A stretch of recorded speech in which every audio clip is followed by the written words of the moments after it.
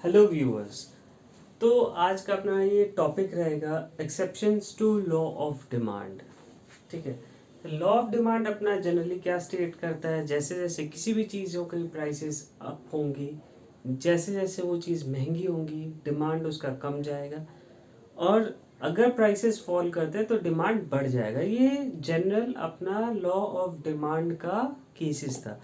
But कुछ कुछ cases life में ऐसे भी होता है ना कि आप उस पर बिलीव करते रह जाओ कि वो आएगी आएगी आएगी, बट वो कुछ एक्सेप्शन थी, चली गई दूसरों के साथ। तो बिल्कुल ऐसे भी सेम ये होगा exception to law of demand. भले आप बोलते रहो मेरे वाली वैसी नहीं है, बट एक्सेप्शन है वो। तो exception of law of demand state करता है कुछ कुछ चीज़ें होती है जैसे स्पेक्यूलेटिव डिमांड। अभी जैसे प्राइसेस हाई है किसी भी चीज़ों की, लेकिन मुझे लगता है आगे और ज़्यादा दाम बढ़ेगा, तो अभी हाई प्राइसेस होते हुए भी अभी डिमांड इंक्रीज होगा।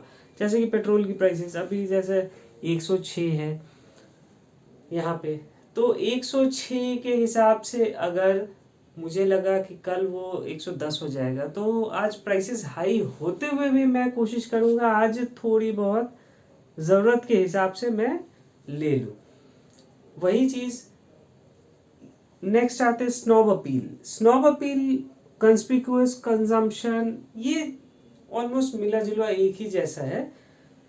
इसमें क्या होता है, जो चीज़ महंगी होती है तो लोग उसे दिखावा के लिए और ज़्यादा कंज्यूम करते हैं। फॉर एग्जांपल आजकल ट्रेंड हो गया ना, यूट्यूब पे आप लोग देखते होंगे महंगी गाड़ियाँ, महंगी फ़ोन्स, आईफोन वगैरह वगैरह।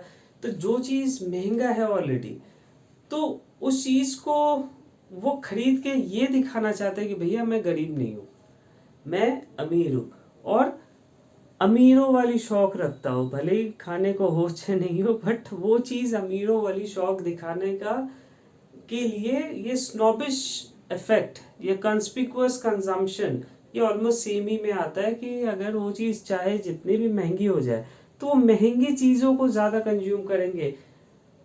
रेंज रोवर वो यूज़ करेंगे कंपेयर टू नॉर्मल मारुति और टाटा। क्यों? क्योंकि उन्हें पता है कि महंगा अगर वो चीज़ कंज्यूम करूँगा तो लोग ये सोचेंगे, सोसाइटी ये सोचेगी कि मेरे पास पैसे बहुत है, अपना रॉब है। ठीक है। Using price as index of quality. अब देखिए कभी कभार क्या होता है, हमारे पास कुछ कुछ केसेस ऐसे आते हैं। फॉर एग्जाम्पल मैं ये पेन लेने गया, ठीक है, तो उसने बोला कि भैया आपके पास 3 ऑप्शन है, एक 10 वाली है, एक 15 वाली है, एक 20 वाली है। जनरल माइंड क्या बोलेगा कि जो सबसे अच्छा सबसे महंगा वाला दे दो। क्यों? क्योंकि मुझे पता है महंगा होगा दैट मीन्स अच्छा होगा। लेकिन ज़रूरी नहीं है। कभी कभी केसेस ऐसे हो जाते हैं कि सस्ते वाले उससे बेटर काम कर जाते हैं। तो कहने की बात है, बट ह्यूमन मेंटालिटी इस चीज़ को जज करता है एज पर the price of the product. महंगा होगा दैट मीन्स ज़रूर वो अच्छा होगा, लेकिन रियलिटी हो सकता है कुछ और हो। यही चीज़ बताता है using price as index of quality. ठीक है।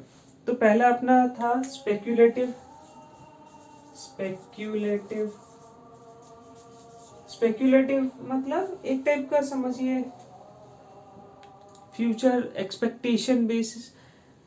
मुझे एक्सपेक्टेड है कि फ्यूचर में ये होने वाला है, तो अभी भले ही प्राइस जो भी हो अभी हाई हो, कोई बात नहीं, लेकिन मैं फ्यूचर को देखते हुए अभी उसको कंज्यूम करूंगा। सेकंड था स्नॉब।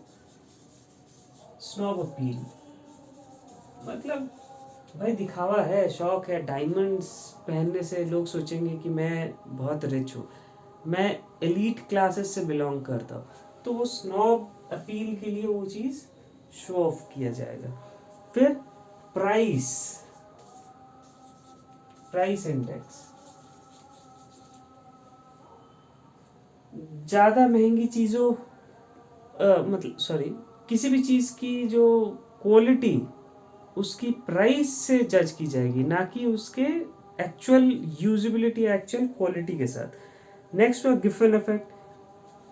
ये एक सिचुएशन हुआ था, तो उस केस में फॉर एग्जांपल मान के चलो अभी बाजार में आलू के दाम बहुत महंगे हो गए, ये बुक में भी सेम एग्जांपल है, मैं आपको सेम एग्जांपल को रियलाइज करके बता रहा हूँ। मान लो अभी आलू के दाम 150 रुपये केजी आ गया, ठीक है, और आप लोग में से जो नॉन वेजिटेरियन है उनके लिए अगर चिकन भी 170 मान के चलो 170 में आ गया, तो आप क्या बोलोगे, भैया आलू खाओ 150 रुपये, क्यों ना चिकन खाओ।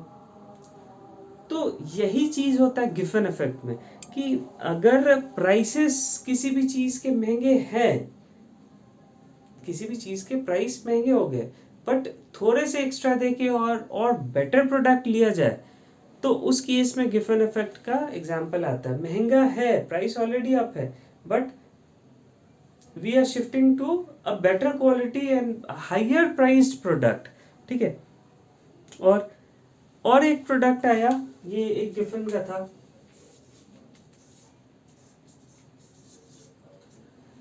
नेक्स्ट फ्यूचर प्राइसेस, ये भी स्पेक्यूलेटिव में आता है। हमारे पास जो जो नोट्स तैयार है, हो सकता है आपके बुक्स में कुछ एक्स्ट्रा हो या कम हो, लेकिन हमारे पास जो अवेलेबल है मैं कोशिश कर रहा हूँ उससे आपको नोट्स देने की। तो अभी क्या फ्यूचर पॉसिबिलिटीज ऑफ प्राइसेस, अभी सेम स्पेक्यूलेटिव का फ्यूचर में मुझे लगता है कि प्राइस इंक्रीज होने वाले या डिक्रीज होने वाली है, तो अकॉर्डिंगली वो चीज़ अभी के डिमांड को इम्पैक्ट किए बिना वो चेंज हो जाएगी। एक सबसे लास्ट अभी पॉइंट मैं वीडियो में बताना चाहूँगा, एक होता है एसेंशियल गुड्स या हाईली एसेंशियल गुड्स। उसके केस में मैं ग्राफ के साथ आपको समझाना चाहूँगा, ठीक है। तो ये एक ऐसा प्रोडक्ट होता है जो सर लाख कोशिश कर लो, आपकी डेली इनकम डेली लाइफस्टाइल में उसका शेयर भले ही छोटा हो बट वो लगेगा ही। फॉर एग्जाम्पल सॉल्ट एक ऐसा चीज़ है, चाहे वो जितना भी महंगा हो जाए या जितना भी सस्ता हो जाए, उसका डिमांड चेंज नहीं होने वाला है, उसको प्राइस से कोई इम्पैक्ट नहीं पड़ता है। प्राइस महंगा हो जाए सस्ता हो जाए कोई बात नहीं, कोई बात नहीं, अगर प्राइस महंगा हो सस्ता हो कोई बात नहीं, डिमांड एज यूजुअल हाई रहेगा या जो था वही रहेगा। हमारा अगर पर डे अगर घर में मान के चलो 50 ग्राम्स अगर सॉल्ट की रिक्वायरमेंट है, तो चाहे प्राइस वो 50 ग्राम के लिए मुझे पहले 5 रुपये देने पड़ते थे, अब मुझे 50 भी देने पड़ेंगे, तो 50 ग्राम ही हो, क्योंकि वो अगर मैं नहीं दूंगा तो पूरा खाना का टेस्ट ही खराब हो जाएगा। अगर ज़्यादा डाल दिया तो ऐसे भी खराब होने हैं। तो सॉल्ट एक ऐसा हुआ। फिर मेडिसिन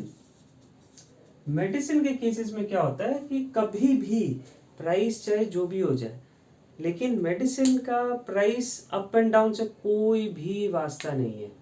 एक बात बताओ, अगर मेडिसिन सस्ते हो गए तो क्या आप क्या ज़्यादा मेडिसिन खाओगे कि भैया जल्दी ठीक हो जाऊंगा? ऐसा नहीं होता है। या ऐसा कभी हो सकता है क्या मेडिसिन अगर महंगा हो गया तो आधे आधे तोड़ के खाऊंगा? वो भी नहीं पॉसिबल है। तो मेडिसिन एक ऐसा एक आइटम है जो exception to law of demand में आता है। प्राइसेस चाहे जो हो जाए, इंक्रीज हो जाए डिक्रीज हो जाए, कोई इम्पैक्ट नहीं पड़ता है, उसको इम्पैक्ट पड़ना ही नहीं है।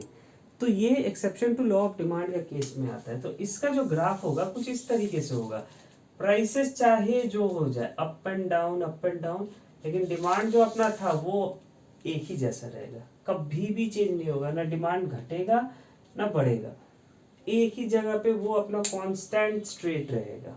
ओके, प्राइस लेवल चाहे जो हो जाए, it will never impact the level of demand या क्वांटिटी डिमांडेड। ओके, तो ये कुछ exception to law of demand थे। फिर से एक बार रिवाइज कर लेते हैं। एक था स्पेक्यूलेटिव कि फ्यूचर के प्राइसेस के अकॉर्डिंग अपने डिमांड को एडजस्ट करेंगे। फिर स्नॉबिश, अमीर दिखाना है खुद को, महंगी महंगी गाड़ियाँ, महंगे महंगे शौक, आईफोन्स वगैरह वगैरह जो भी होते हैं, ठीक है। और using price as index for quality. अब क्या है, महंगी चीज़ को उसके प्राइस के साथ जज करेंगे, या बोलो किसी भी चीज़ों को, महंगी छोड़ो, किसी भी चीज़ को उसके प्राइस के साथ जज करेंगे कि वो महंगा है दैट मीन्स अच्छा होगा, दैट्स इट, ठीक है, बिना उसके एक्चुअल कंपैरिजन के।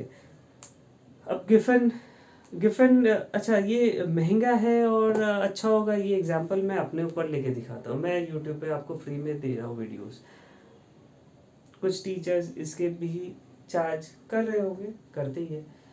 तो दैट डजंट मीन्स कि मैं खराब कुछ आपको नॉलेज दे रहा हूँ या बेकार नॉलेज दे रहा हूँ, ठीक है। ये आपका कंपेरेबिलिटी आप खुद कर पाओगे। नेक्स्ट हुआ गिफन गुड्स। गिफन गुड्स में क्या हुआ कि आलू और चिकन का एग्जांपल, कि अगर आलू महंगा हो गया, सस्ता प्रोडक्ट, अगर चीप क्वालिटी प्रोडक्ट अगर महंगा हो गया, अब इसको चीप बोल देते हैं, चलिए चीप क्वालिटी प्रोडक्ट अगर महंगा हो के अगर एक्सपेंसिव क्वालिटी प्रोडक्ट के आसपास आ जाता है, तो we will shift our demand to expensive goods. मतलब जो बेटर क्वालिटी के हैं, we will leave that cheap quality goods. तो इसमें प्राइस तो जो एक्सपेंसिव गुड्स थे, चिकन का पहले से 170 था, तो प्राइस इम्पैक्ट नहीं पड़ा, अचानक से डिमांड शिफ्ट हो गया उसके ऊपर। फिर पॉसिबिलिटी ऑफ फ्यूचर प्राइसेस, आगे दाम बढ़ने हैं, ऐसा सोच के दिवाली का सीजन आने वाला है, सोना चांदी का दाम बढ़ेगा, तो चलो भैया अभी लेके उसको स्टोर कर दे, ऐसा कुछ मानना होता है। फिर आया एसेंशियल गुड्स। एसेंशियल गुड्स जैसे कि salt and medicine. Salt and medicine के केस में प्राइसेस चाहे जो हो जाए, उसका डिमांड चेंज नहीं होगा और इसका ग्राफ बिल्कुल ऐसा रहेगा। अच्छा एक चीज़ और, exception to law of demand का ग्राफ कैसा होगा, ये चीज़ मैंने तो आपको बताया नहीं। चलिए ये लास्ट में ये चीज़ सीख लिया जाए। हमारा लॉ ऑफ डिमांड का ग्राफ कैसा होता है। लॉ ऑफ डिमांड का ग्राफ कुछ इस तरीका का होता है। ये लॉ ऑफ डिमांड, हाँ ये इसको हम लोग बोलते हैं नेगेटिवली स्लोपिंग डिमांड कर्व या डाउनवर्ड स्लोपिंग डिमांड कर्व, ठीक है। ये नेगेटिवली, इसके ऊपर भी एक थ्योरी है, बहुत बड़ा सा थ्योरी है, तो मैं कोशिश करूंगा इसके ऊपर भी एक क्लास बनाने की। जैसे से मैं आपको पढ़ाते जा रहा हूँ, तो देखिए ऐसा है ना, इकोनॉमिक्स बोलिए, कॉमर्स बोलिए, मैं सब सब्जेक्ट एक एक करके लाऊंगा। अब जहाँ तक हमसे अकेले पॉसिबल हो रहा है, मैं इसको कर रहा हूँ। और इसमें क्या हो रहा है कि हर सब्जेक्ट में से थोड़ा बहुत आगे के चैप्टर, पीछे के चैप्टर कुछ इंटरकनेक्टेड है। तो जैसे जैसे मुझे याद है, मैं सीरीज वाइज तो नहीं निकाल पा रहा हूँ, क्योंकि ऐसे करने में बहुत टाइम लग जाए। मैं कोशिश कर रहा हूँ जो इम्पोर्टेंट टॉपिक्स है उसको पहले कवर कर देता हूँ, उसके बाद जो सब टॉपिक्स है, रिलेटेड टॉपिक्स है, जो आसानी से कवर हो जाएंगे, उसको मैं धीरे धीरे कवर करते रहूँगा। तो इम्पोर्टेंट वाले जो ग्राफ्स वाले हैं, जो सबसे ज़्यादा सरदर्द क्रिएट करते हैं, उसको मैं पहले कर ले रहा हूँ, ताकि आप लोग को आसानी हो। हमारे लिए क्या, हम तो कुछ भी बना दे। तो law of demand generally negatively sloping होता है, बट जब एक्सेप्शन का केस आता है, तो भैया नाम से पता चलता है उल्टा चलेगा, ये पॉजिटिवली स्लोपिंग होगा। प्राइस बढ़ेगा और डिमांड भी बढ़ेगा, ओके। और इसके केस में क्या था, प्राइस जितना गिरेगा डिमांड उतना बढ़ेगा। ये दोनों का डिफरेंशिएशन था, ओके। Thank you.